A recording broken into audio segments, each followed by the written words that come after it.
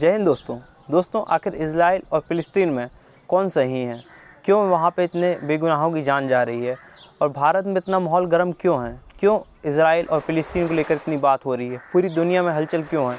इस बारे में आज मैं आपसे बात करना चाहूँगा। तो छोटा सी मैं ब्रीफ हिस्ट्री इजराइल के बारे में देना चाहूँगा कि इजराइल की स्थापना 1948 में हुई। ये यहूदियों का देश है। यहूदियों को और भी कई स्थान दिए गए अंग्रेज़ों द्वारा कि वहाँ पे अब अपने देश की स्थापना कर सकते हैं, जैसे साउथ अमेरिका में, अफ्रीका में। लेकिन चूँकि जेरूसलम जो एक स्थान है वो यहूदियों के लिए काफ़ी पवित्र स्थान माना जाता है, इसलिए इन्होंने इसी स्थान को चुना और यहाँ पे अपने देश की स्थापना की। यहाँ पे उस समय एक और देश था, फ़िलिस्तीन।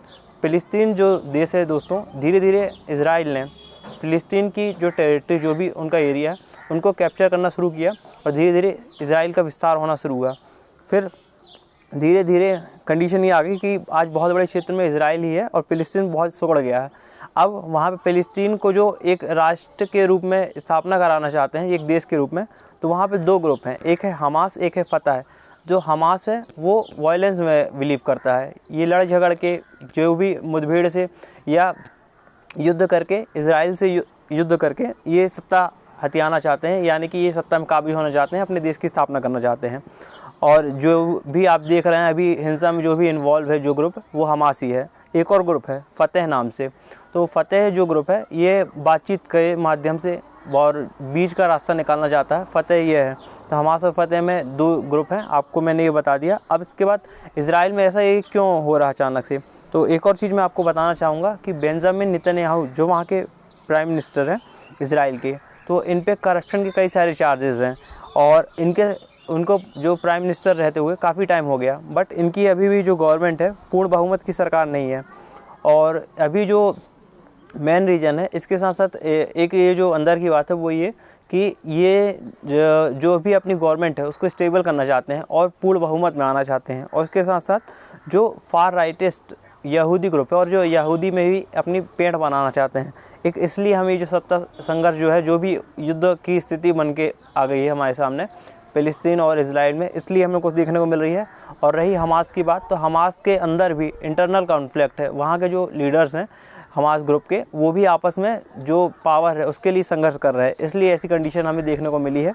इसके साथ साथ जो इंटरनेशनल कम्युनिटी है वो शांत है। जब कुछ ऐसी कंडीशन बन जाती है तभी कोई कुछ बोलता है, बाकी टाइम सब लोग शांत रहते हैं, बातचीत के माध्यम से इसकी सुलह के कोई प्रयास नहीं करता है। अब तीसरा जो पॉइंट है सबसे ज़्यादा जिससे हमें फ़र्क पड़ रहा है वो ये कि इंडिया में इतनी गर्मी क्यों है? आखिर इस माहौल को लेकर इजराइल और फ़िलिस्तीन में वो हो रहा है, लेकिन भारत में ऐसी स्थिति कैसी बनी कि हिंदू और मुसलमान जैसी हमें कंडीशन देखने को मिल रही है कि एक धर्म विशेष ने किसी एक पक्ष का एक पक्ष ले लिया और दूसरे धर्म ने किसी दूसरे का पक्ष ले लिया है।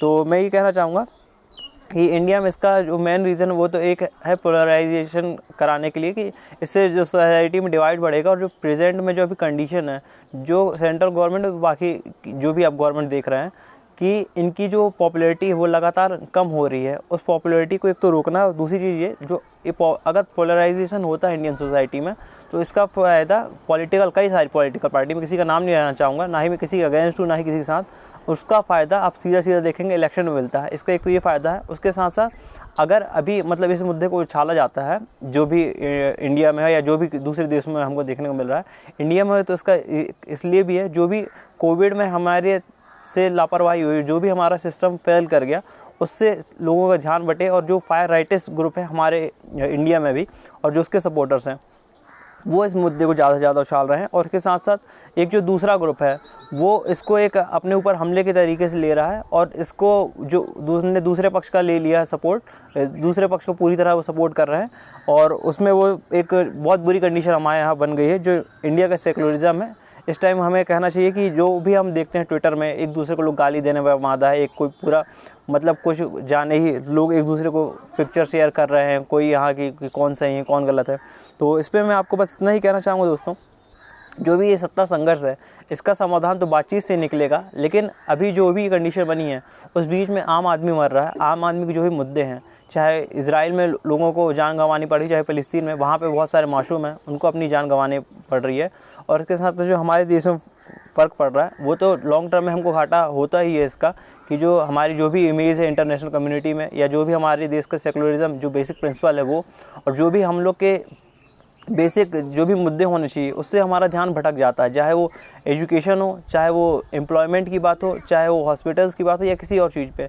हम ये सारी चीज़ें छोड़ के केवल एक मुद्दे पे कंसंट्रेट हो जाते हैं। तो इसलिए मेरा आपसे निवेदन है कि एक दूसरे को ट्विटर पे या किसी और सोशल मीडिया पे ना ही ट्रोल करें, ना ही और कुछ वो करें। और इसका जो लास्ट मैं आपसे कहना चाहूँगा सोल्यूशन यही है कि बातचीत से और हमको आपस में साथ ही रहना। ये मुद्दा ठंडा जाएगा, चाहे 1 हफ्ते बाद हो, 2 हफ्ते बाद या कभी भी, लेकिन हमको आपस में साथ ही रहना है। तो इसलिए मैं आपसे निवेदन करना चाहूँगा, दूसरे के धर्म के प्रति या किसी और दूसरे के प्रति गाली गलौज ना करें और आपस में प्रेम से रहें और इस मुद्दे को यहीं पे शांत कर दीजिए प्लीज़ दोस्तों, मेरी आपसे रिक्वेस्ट है। जय हिंद दोस्तों।